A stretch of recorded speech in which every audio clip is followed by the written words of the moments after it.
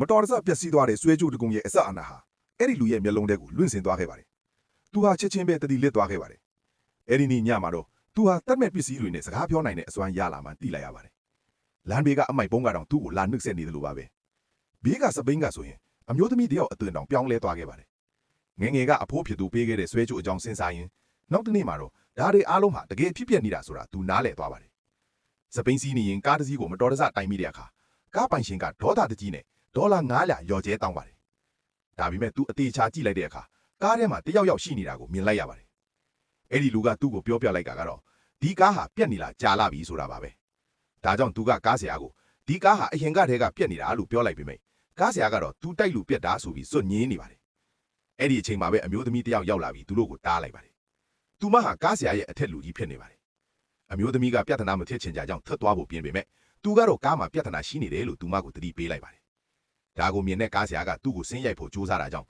အမျိုးသမီးကကားပေါ်ကဆင်းနေဘယ်နေရာပြက်နေတာလဲလို့မေးပါတော့တယ်။သူကတော့သူမအနေနဲ့သူ့ကိုယုံကြည်ရမယ်လို့ပဲပြန်ပြောလိုက်ပါတယ်။နောက်ဆုံးမှာတော့အမျိုးသမီးကကားဆရာကိုစမ်းမောင်းကြည့်ဖို့ခိုင်းလိုက်ပါတယ်။ဒါပေမဲ့ဆက်နိုးပြီးမောင်းလိုက်တာနဲ့စတီယာရင်းကပြက်နေမှန်းသိလိုက်ရပါတယ်။ကားဟာတစ်ပင်ကိုတဲတဲ့ကွင်းတိုက်ပြီးကားဆရာလည်းတတိလစ်သွားပါတယ်။အဲ့ဒီတော့မှအမျိုးသမီးဟာသူ့စကားကိုယုံသွားပါတော့တယ်။သူမကသူ့ကိုလှုပ်ဝက်တေထဖွင့်ပွဲပြိုင်ပွဲမှာကူညီဖို့ဖိတ်ခေါ်လိုက်ပါတယ်။သူကလည်းသူမရဲ့တောင်းဆိုချက်ကိုချက်ချင်းသဘောတူလိုက်ပါတယ်။သူတို့ဟာကွန်တိန်နာတွေရွေးချယ်ဖို့စိတ်ပန်းကိုရောက်လာကြပါတယ်။သူဟာသူ့ရဲ့ထူးခြားတဲ့အစွမ်းကိုသုံးပြီးကွန်တိန်နာတိုင်းနဲ့စကားပြောကြည့်ပါတယ်။အနီရောင်ကွန်တိန်နာထဲမှာဘီယာတွေအစိမ်းရောင်ထဲမှာအာလူးတွေရှိနေတာကိုသူသိလိုက်ပါတယ်။ပြီးတော့ TV တစ်လုံးကိုကင်ထားတဲ့ကောင်မလေးတယောက်ကိုလည်းမြင်လိုက်ရပါတယ်။အပြာရောင်ကွန်တိန်နာထဲမှာတန်ဖိုးရှိပစ္စည်းတွေရှိရမယ်လို့သူယုံကြည်လိုက်ပါတယ်။နောက်ဆုံးမှာတော့အဲ့ဒီကွန်တိန်နာကိုဝယ်ဖို့သူမကိုပြောလိုက်ပါတယ်။အမျိုးသမီးကလူတွေကိုကွန်တိန်နာဖွင့်ခိုင်းလိုက်တဲ့အခါမျော်လင့်မထက်ပဲပုတ်တိုးနေတဲ့ပင်လယ်စာအများကြီးထွက်လာပါတယ်။ဒါပေမဲ့သူဟာ TV ကင်ထားတဲ့ကောင်မလေးတယောက်ကိုအသေးချမြင်ခဲ့တာပါ။ဒါကြောင့်သူဟာကွန်တိန်နာထဲဝင်ကြည့်ပြီးတေးချစစ်ဆေးလိုက်ပါတယ်